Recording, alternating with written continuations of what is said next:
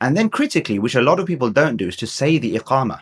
Even if you're praying on your own, if you're praying at home, right? Say the Iqamah. The words of the Iqamah, Allahu Akbar, Allahu Akbar.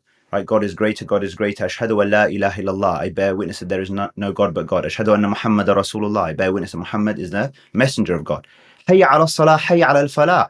This is a call to yourself. Come to prayer, come to success. Like literally, well, come, like be present now, be here now. All right, because this is prayer, this is success. And if you were wondering, at this point whether you really should be somewhere else, no, this is a reminder. This is it. This is where you should, exactly where you should be right now. قَدْ قَامَتِ الصَّلَاةِ.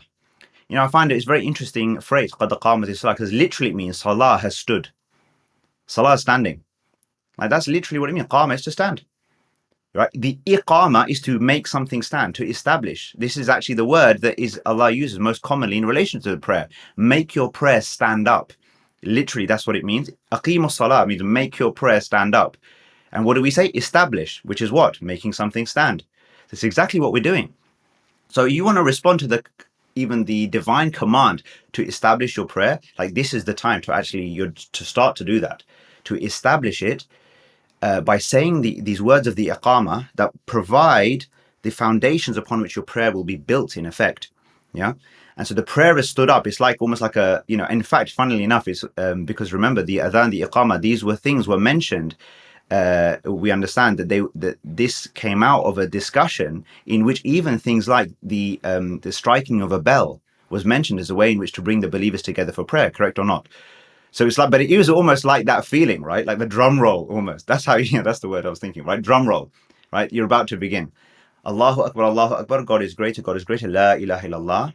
There is no God but God. And then, okay, you raise your hands and you go in.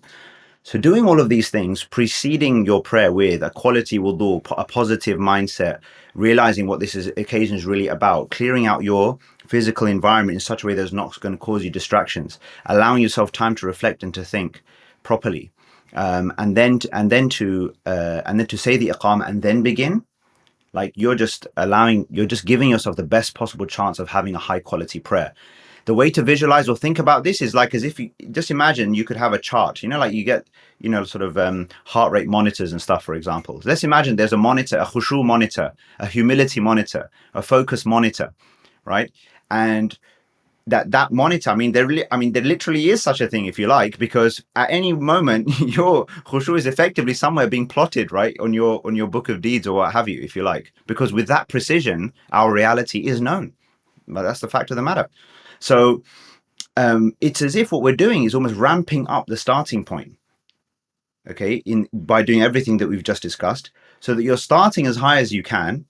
And so the chances are, even if you dip or you fluctuate through the prayer, the chances are if you started high, your average, at least throughout the salah, is likely to be higher than if you didn't bother with all of this preceding stuff and you just went straight in.